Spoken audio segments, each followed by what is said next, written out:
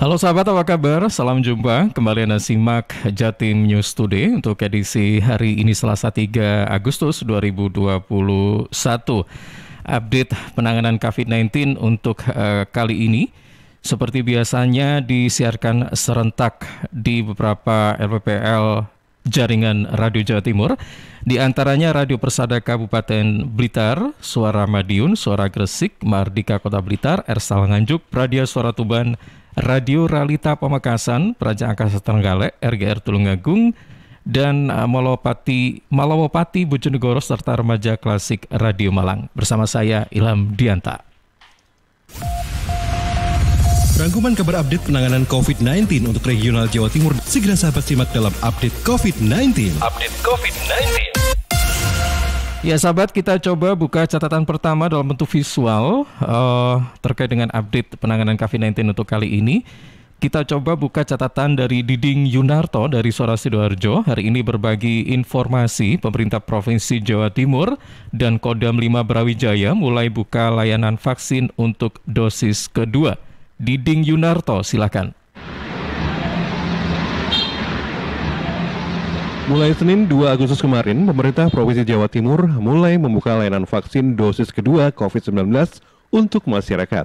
Bekerjasama dengan Kodam 5 Brawijaya, bertempat di lapangan Makodam, masyarakat yang sudah menerima dosis pertama bisa mendaftar dan menerima dosis kedua. Dalam 1 bulan terakhir, Forkominda Jawa Timur sudah melakukan layanan vaksin dosis pertama secara masif.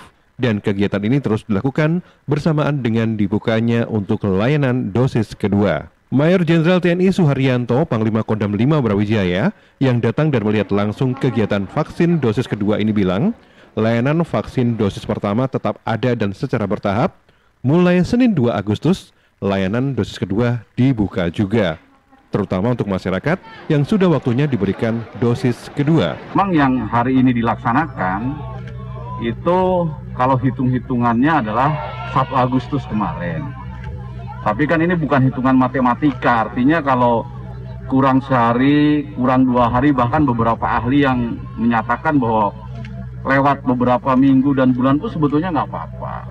Tapi untuk menjawab kekhawatiran masyarakat khususnya yang sudah divaksin pertama, ini adalah salah satu bukti bahwa seluruh aparat pemerintah provinsi, pemerintah pusat, TNI, Polri ini tetap akan memperhatikan, dan kami pun sudah memegang jadwal untuk pelaksanaan vaksin kedua bagi masyarakat yang sudah mendapat vaksin pertama.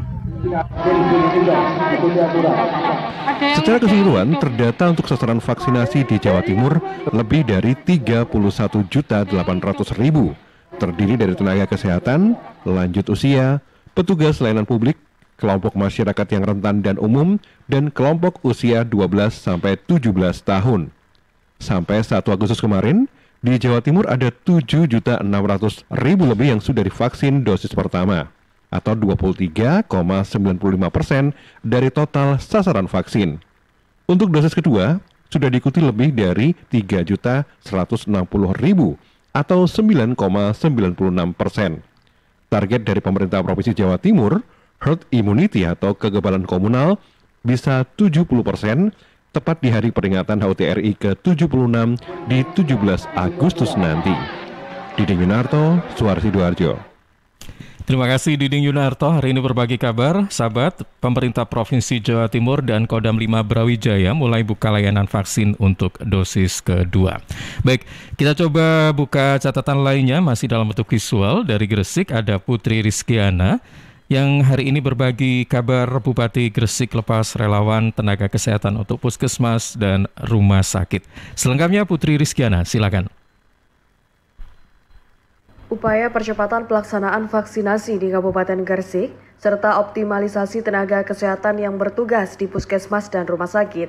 Bupati Gresik Fandi Amatiani melepas ratusan relawan tenaga kesehatan menjadi pelaksana vaksinator di sejumlah titik, baik puskesmas maupun rumah sakit. Pelepasan tersebut dilakukan usai apel pagi pada hari Senin kemarin 2 Agustus 2021. Para relawan Nakes Gresik Tangguh ini juga menggantikan tugas tenaga kesehatan puskesmas dan juga rumah sakit yang selama ini melayani vaksinasi di Kabupaten Gresik. Terdapat 136 nakes vaksinator yang diresmikan langsung pada apel keberangkatan di halaman kantor Bupati Gresik. Selain melepas keberangkatan, para relawan nakes Bupati Gresik dan juga Wakil Bupati juga menerima bantuan beras sebanyak 15 ton dari Korps Pegawai Republik Indonesia Gresik. Sejumlah beras diserahkan oleh Abu Hasan selaku Wakil Ketua Korpri, dan menurut Bupati Gresik juga bantuan beras tersebut untuk memperkuat logistik posko COVID-19. Para relawan nakes juga dipersiapkan kali ini yang menjadi tenaga vaksinator di beberapa tempat vaksinasi, yaitu di Wahana Ekspresi Pusponegoro, di objek wisata Desa Stigi dan Wagos di Kecamatan Ujung Pangka, di objek wisata Pantai Delegan Panceng, dan juga objek wisata Edu Lontar Sewu Kecamatan Menganti. Sesuai yang diperkirakan oleh pemerintah pusat pada akhir 2021, sudah akan tercapai 70% masyarakat Indonesia yang sudah divaksin. Hal ini juga diyakini oleh Bupati yang merasa optimis akan terlaksana di Kabupaten Gresik. Menurutnya saat ini prosentase untuk masyarakat Gresik yang sudah divaksin mencapai 35%. Bupati juga menyatakan bahwa pihaknya banyak mendapatkan bantuan oleh berbagai elemen masyarakat untuk percepatan vaksinasi di Gresik. Ika Uner menyumbang 10.000 vaksin, sumbangan vaksin TNI AL dengan program serbuan vaksin untuk masyarakat Gresik di Kepulauan Bawean, hingga beberapa perusahaan juga melakukan kegiatan vaksinasi dengan biaya sendiri. Sebagai informasi tambahan dari Dinas Kesehatan Gresik bahwa nantinya akan ada dropping besar vaksin di 32 puskesmas, 76 klinik swasta, serta 5 tempat pusat vaksin juga akan melaksanakan vaksinasi serentak. Berikut informasi yang dapat kami sampaikan. Saya Putri Rizkiana, Suara Gresik mengabarkan untuk Jatim News Today. Baik, terima kasih rekan Putri Rizkiana dari Suara Gresik. Sahabat, hari ini berbagi kabar Bupati Gresik lepas relawan tenaga kesehatan untuk puskesmas dan rumah sakit. Untuk berikutnya kita coba buka catatan dari Blitar. Ada Risma Erina dari Persada Blitar. Hari ini berbagi informasi sambil bagikan bantuan sosial. Polres Blitar kobarkan semangat lawan COVID-19. Selengkapnya Risma Erina, silakan. Memasuki bulan kemerdekaan, Polres Blitar mengobarkan semangat kepada masyarakat untuk melawan COVID-19 saat membagikan bantuan sosial kepada masyarakat dan pelaku usaha transportasi. Selain memberikan bansos, Polres Blitar juga memberikan bendera merah putih untuk dikibarkan. Kapolres Blitar AKBP Leonard M. Sinambela mengatakan, pada kegiatan pembagian bansos ini, pihaknya menghimbau dan mengajak masyarakat agar turut serta berpartisipasi mengibarkan bendera merah putih. Selain itu juga mendukung program pemerintah dalam melawan COVID-19 dengan cara menegakkan penerapan protokol kesehatan untuk mencegah penyebaran COVID.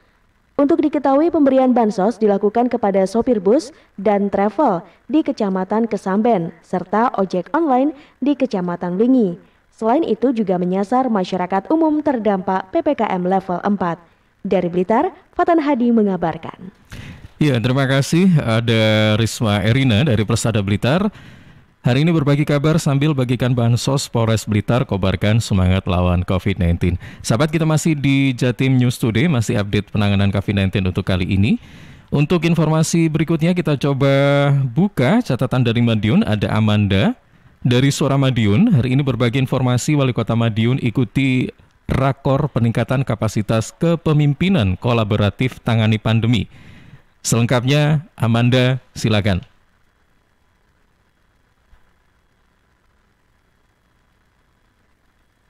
Dengan pemerintah pusat semakin diintensifkan. Setidaknya rapat koordinasi secara virtual kembali mengemuka. Wali Kota Madiun Maidi mengikuti kegiatan secara virtual yang dibuka Menteri Dalam Negeri atau Mendagri Tito Karnavian tersebut. Wali Kota menambahkan penanganan COVID-19 wajib linear, artinya penanganan di daerah tak terlepas dari instruksi di tataran pusat.